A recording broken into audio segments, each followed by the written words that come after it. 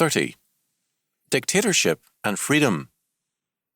In almost every instance that totalitarianism has taken over a major country, it has done so in the name of liberty.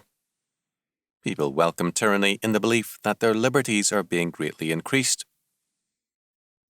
In only one direction is their freedom increased, however, and it is the, quote, freedom, end quote, to sin. When the Mazdakites took over the great Persian Empire and all but destroyed it, their appeal was to freedom. Freedom for sexual communism, and freedom to seize all private property. Greece and Rome had earlier taken the same route. Sexual freedom was given increasingly to people while their political liberties were removed and their properties confiscated by taxation. The Renaissance was an age of the triumph of dictators and widespread sexual freedom when men thought they were liberated from God and free to do as they pleased.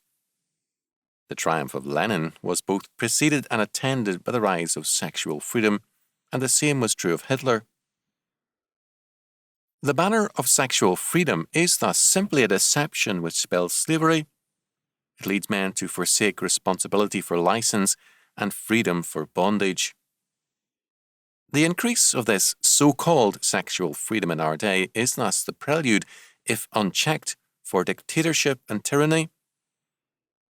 James calls God's law, quote, the perfect law of liberty, James 1:25, because it is the obedience of faith which makes men strong and free.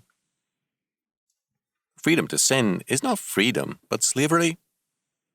It leads not to the liberation, but to the enslavement of man and the disintegration of his society. The only freedom which the sexual liberation movements produce is freedom for totalitarianism and tyranny. The world is being made safe for slavery by all such people. Our freedom is in Christ. If the Son therefore shall make you free, ye shall be free indeed. John 8:36.